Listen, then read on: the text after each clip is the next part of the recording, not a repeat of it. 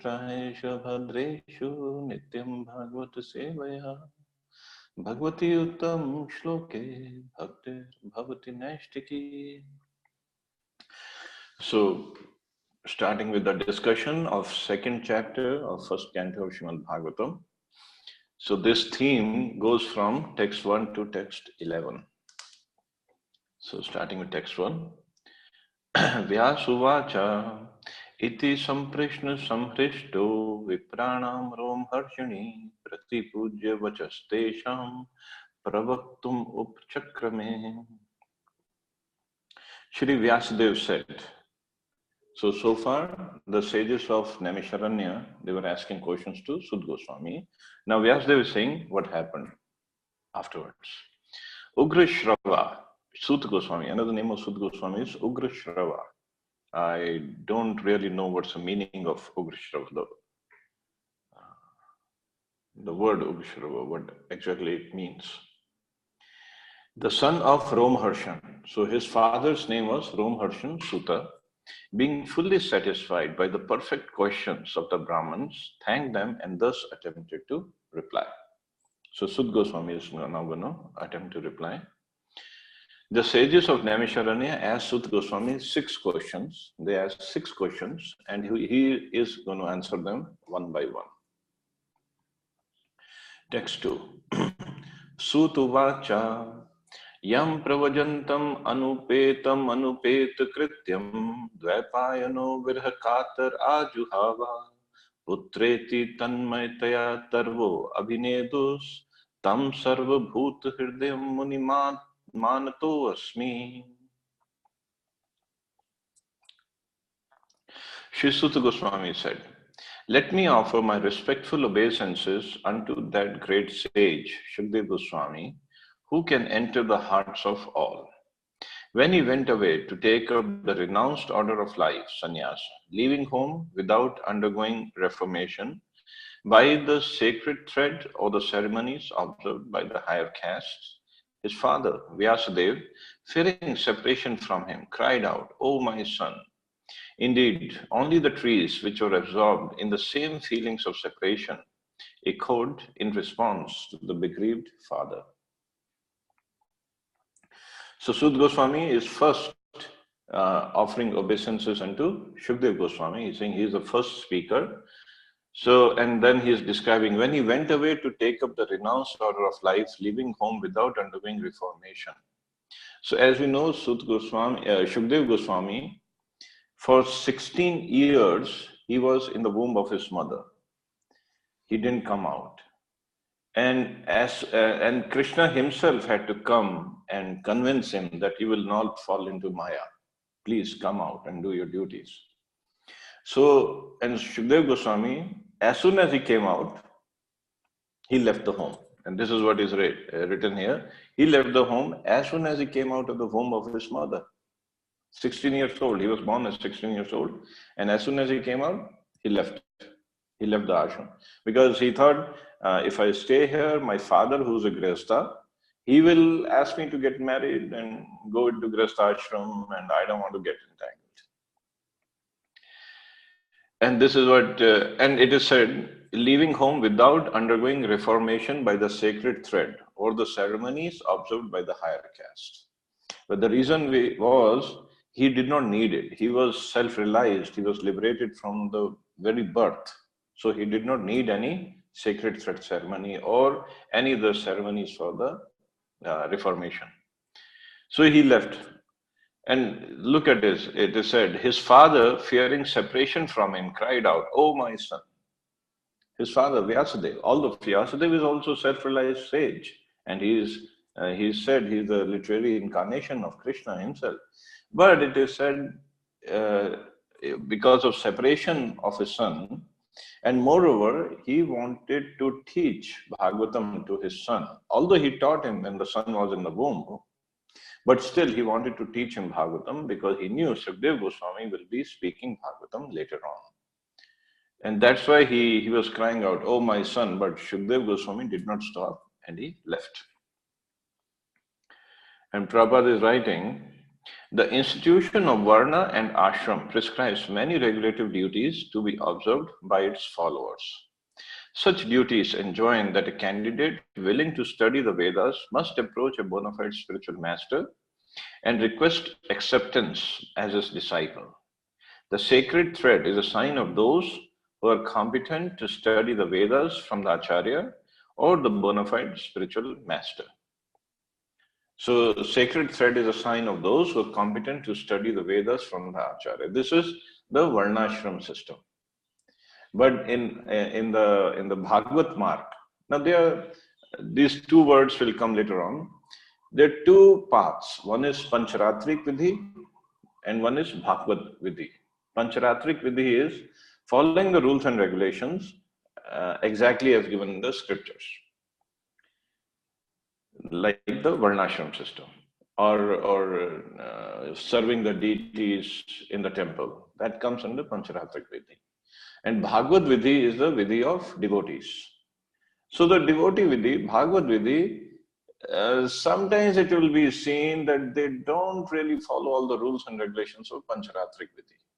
Pancharatra means the scriptures. Like Narad Pancharatra is very famous for deity worship. So sometimes it is seen Bhagavad Marg, Bhagavad Vidhi, or the devotional process. Many times we don't follow exactly the Pancharatra Vidhi. Because for Vaishnavas, we have some exemptions. Just like, for example, this sacred thread ceremony, the Janyavu, Yagyapavit, it is done for those students who are willing to study scriptures from an acharya. So before they start studying the scriptures, they have to go through this Yagyapavit sanskar. But in Bhagavad Vidhi, Bhagavad Marg, and to get that sacred thread, it's a difficult process. One has to get twice initiated. One has to be twice initiated.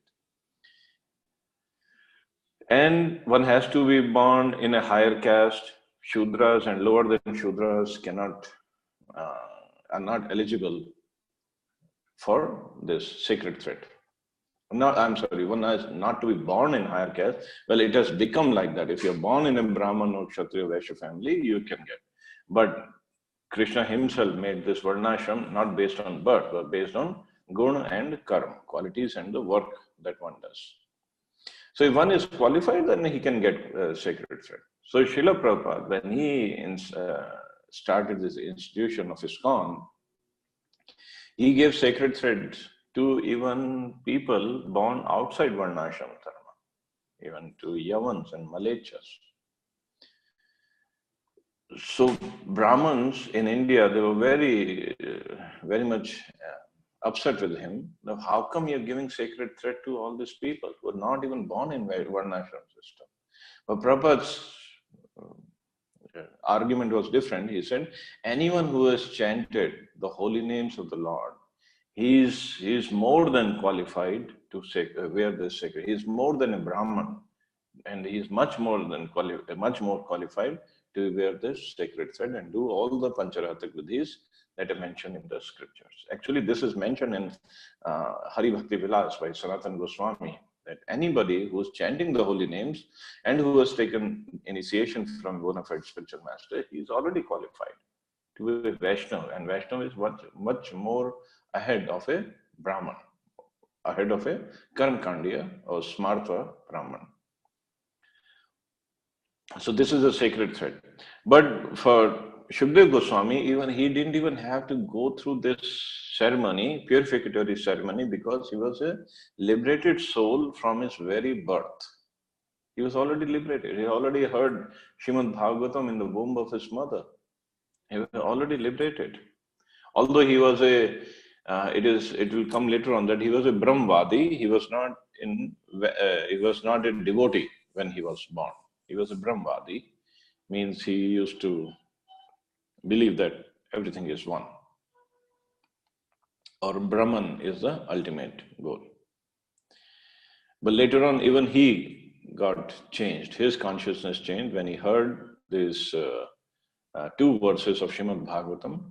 from the disciples of Vyasadeva.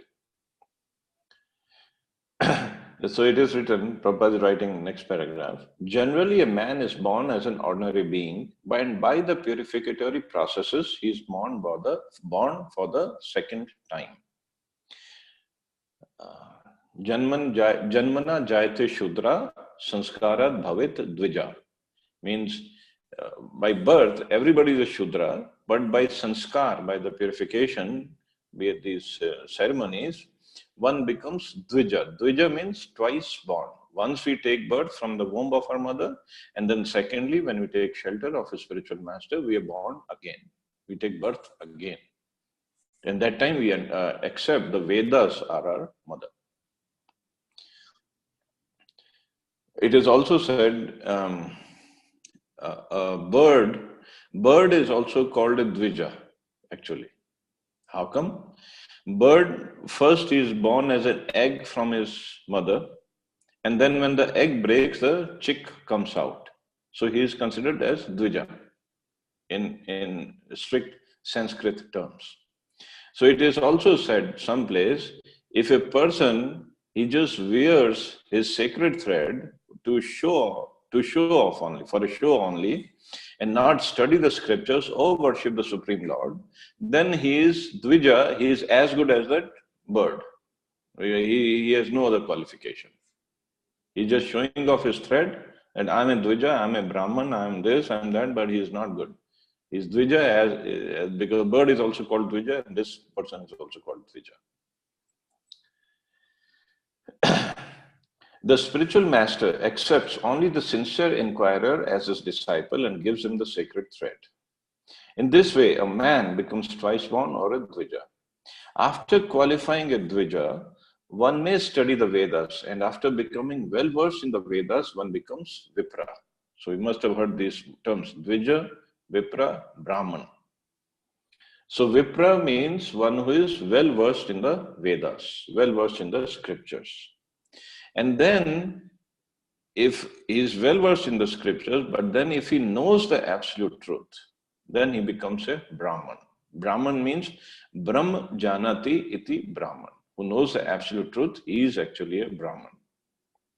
So there is Dvija, just got initiated, then there is Vipra, who has a knowledge of the scriptures, and then there is realization. Brahman means who is a realized person, who knows the absolute truth. And Vaishnava is even further, who not only knows the absolute truth, but he serves the absolute truth with love and devotion. So that is a Vaishnava. So Vaishnava already goes beyond all this. Dvija, Vipra, Brahman. The Vaishnava stage is the postgraduate stage of a Brahman. A progressive Brahman must necessarily become a Vaishnava, for a Vaishnava is a self-realized, learned Brahman. So if a person has taken a Vaishnava Diksha, Vaishnava Sanskar, then he is already considered much more than a Brahman. For example, even Advaita Acharya in Chaitanya Mahaprabhu's pastimes, when he had to perform the last rites for his father, and Advaita Acharya was considered the leaders of all the Vaishnavas in Navadvip area. He had to perform the last rites, and when he performed the last rites, the first meal was supposed to be offered to the senior-most Brahman of the community. So he made everybody sit down, but the first meal he offered to whom? It was Srila Haridas Thakur. And everybody was very upset with that. How come Advaita Acharya, he doesn't know the rules? Haridas Thakur is born in a Mohammedan family. How come he is offering the first meal to Haridas Thakur? Means he is giving him so much of respect. And we all are going to eat after this malech, after this yavan, Haridas Thakur? So Advaita, and Haridas Thakur, out of his humility, he was protesting, Advaita Acharya, why are you doing all this? Why are you going to make me go to hell? But Advaita Acharya said, you are chanting the holy names of the Lord. By feeding you first, I am feeding millions of Brahmins like this. So please do not worry. I know the scriptures. As he said, I'm not doing anything against the scriptures. And in fact, to continue with the story, so what happened is that all the Brahmins, they got offended that why Haridas Thakur is given the first meal. That means why he's given so much of respect. So they left. They left without eating. And Advaita Acharya said, forget them. They let them go. It hardly matters. So it so happened that that night there was a big storm in Navadvip area.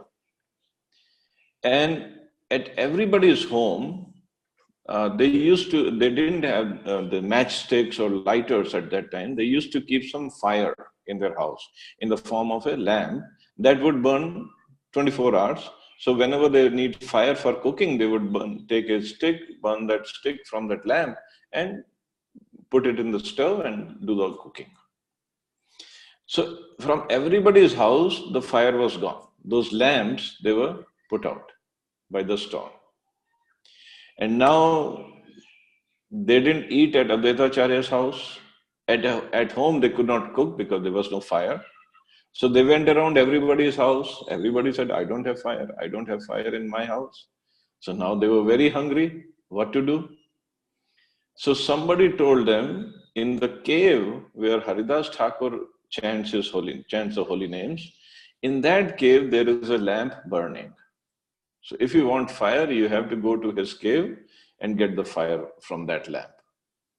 So now they were in a big dilemma, big catch-22 situation. How come we insulted Haridas Thakur? We called him so many names. Now if you want to have fire, you have to go to his cave.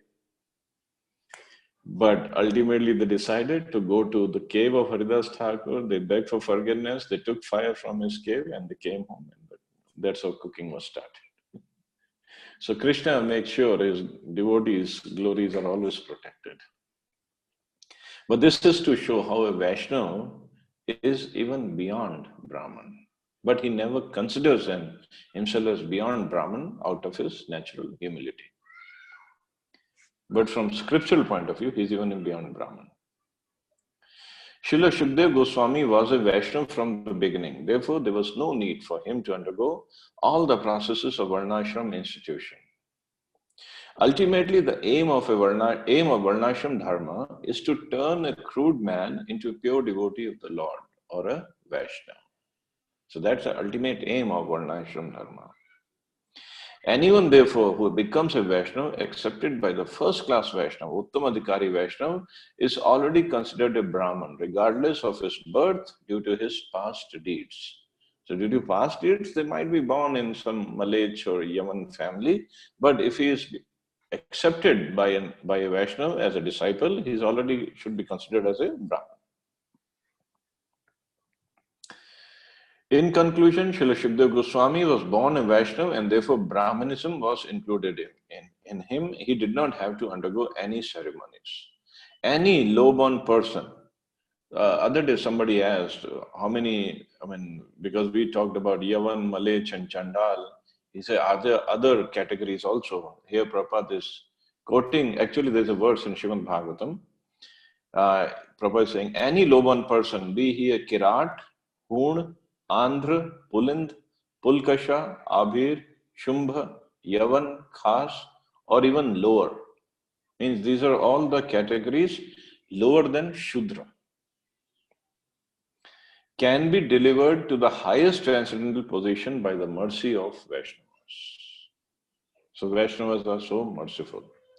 Srila Shukdev Goswami was the instructing spiritual master of Sri Suta Goswami, who therefore offers his respectful obeisances unto Srila Shukdev Goswami before he begins his answers to the questions of the sages at Naimisharanya. So Suta Goswami, before answering the questions, he is paying respects to Suta Goswami and Shukdev Goswami, and let's see further on, he also pays respect to others. Because a devotee, a Vaishnava, always understands that it's not his capability, by his capability he can preach. It's by the mercy of his spiritual master and predecessor acharyas only he can preach. He can give out any knowledge. So text 3. यह स्वानुभावम अखिल श्रुति सारम एकम अध्यात्म दीपम अतिथितीर्षताम तमोअंधम संसारिणाम करुण्यः पुराण गुह्यम तम व्यास सूनम उपयामि गुरुम मुनीनाम.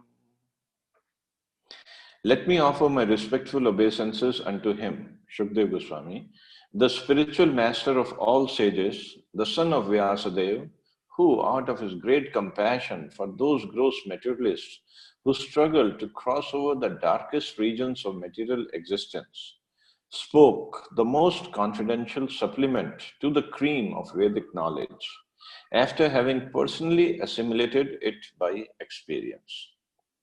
So, this knowledge is not just the theoretical knowledge, it's one has to assimilate it, one has to really put it inside him and have to have the realizations before he can speak or before he can really give the message out to others. In this prayer, Srila Sut Goswami practically summarizes the complete introduction of Srimad Bhagavatam. Srimad Bhagavatam is a natural supplementary commentary on the Vedanta Sutras. Vedanta Sutras or the Brahma Sutras were compiled by Vyasadeva with a view to presenting just the cream of Vedic knowledge. So Vedanta Sutras are considered a cream, just what comes on the top of Vedic knowledge. And Srimad Bhagavatam is natural commentary on that cream. Means it's even the essence of that cream.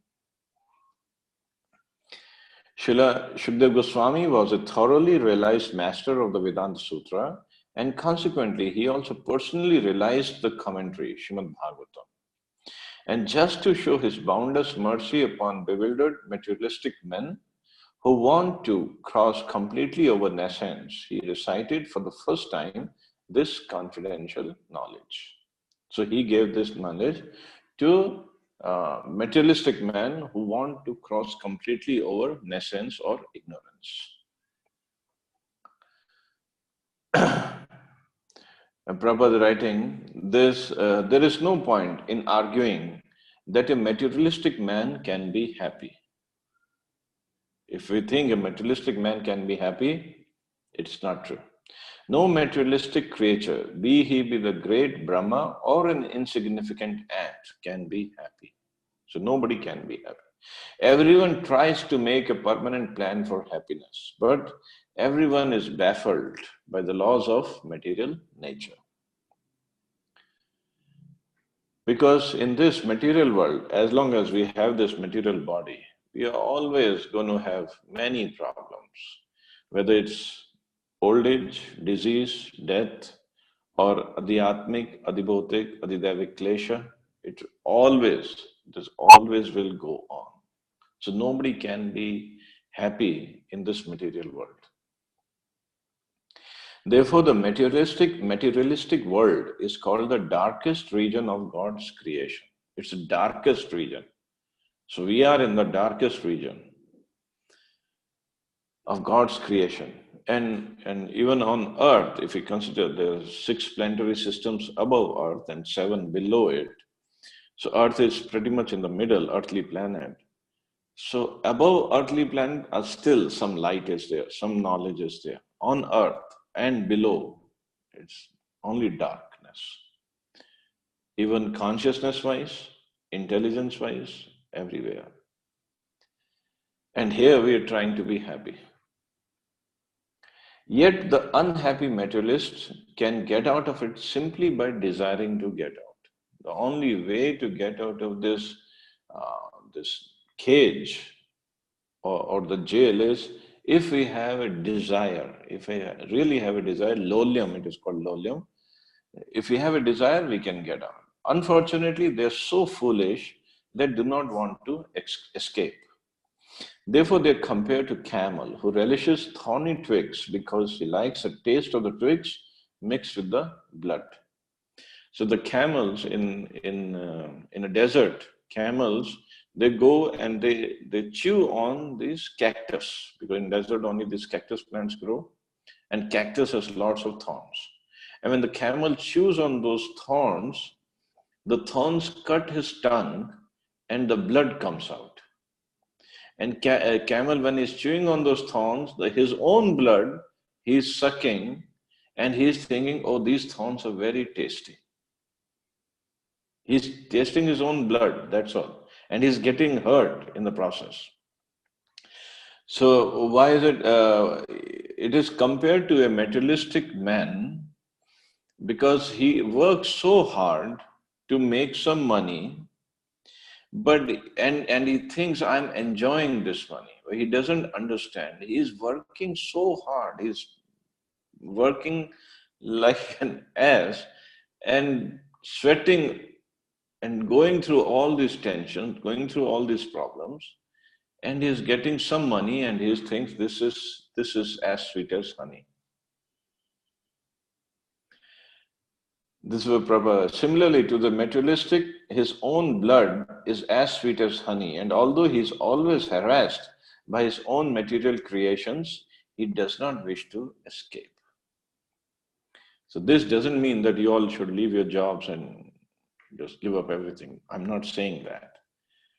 We have to do the jobs, we have to do our duties, but in the right consciousness. That's all. Like yesterday also, we were discussing that.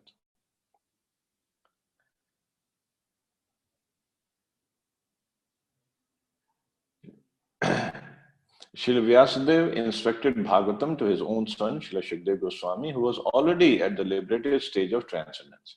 Srila Shukdev realized it personally and then explained it. By the mercy of Srila Shukdev, the Bhagavad Vedanta Sutra is available for all those sincere souls who want to get out of this material existence.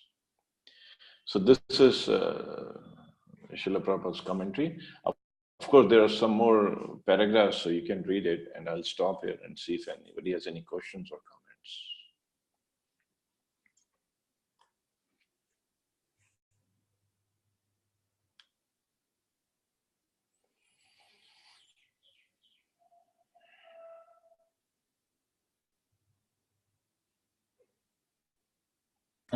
Hare Krishna Prabhuji, Danutram.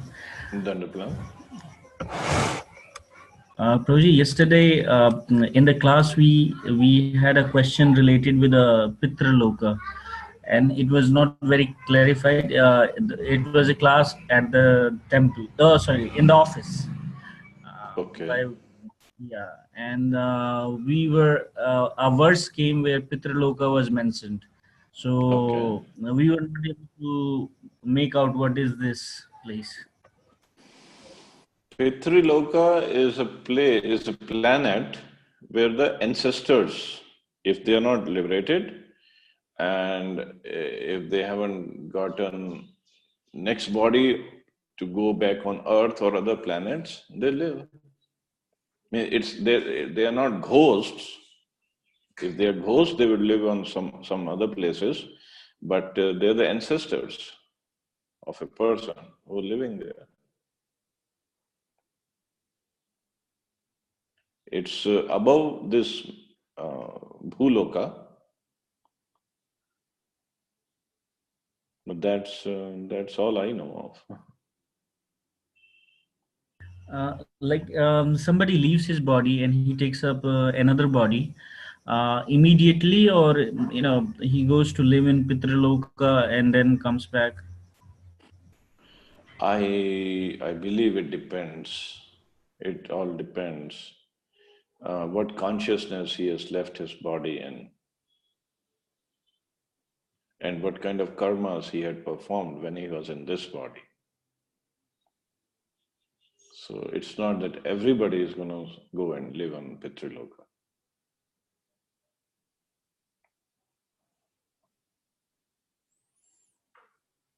Is it okay?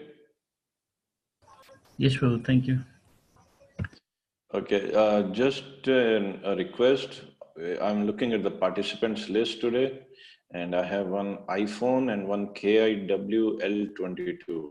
It's very difficult for me to see who are these wonderful devotees. So if you can, please write your names. It'll be helpful. And where are you from? Like Prabhat Prabhu has mentioned, he's from Hyderabad. So if you can mention what's your name and where are you from, that'll be great. Any other question or comment? Hare Krishna Prabhu, this is Sakhi Sundari Devidasi from Seattle. If you remember Radhapati Prabhu, I'm his wife Prabhu. Oh, Hare Krishna Mata, welcome. Hare Krishna Prabhu, Danvat Jai Shri Prabhupada. Jai Shri Prabhupada.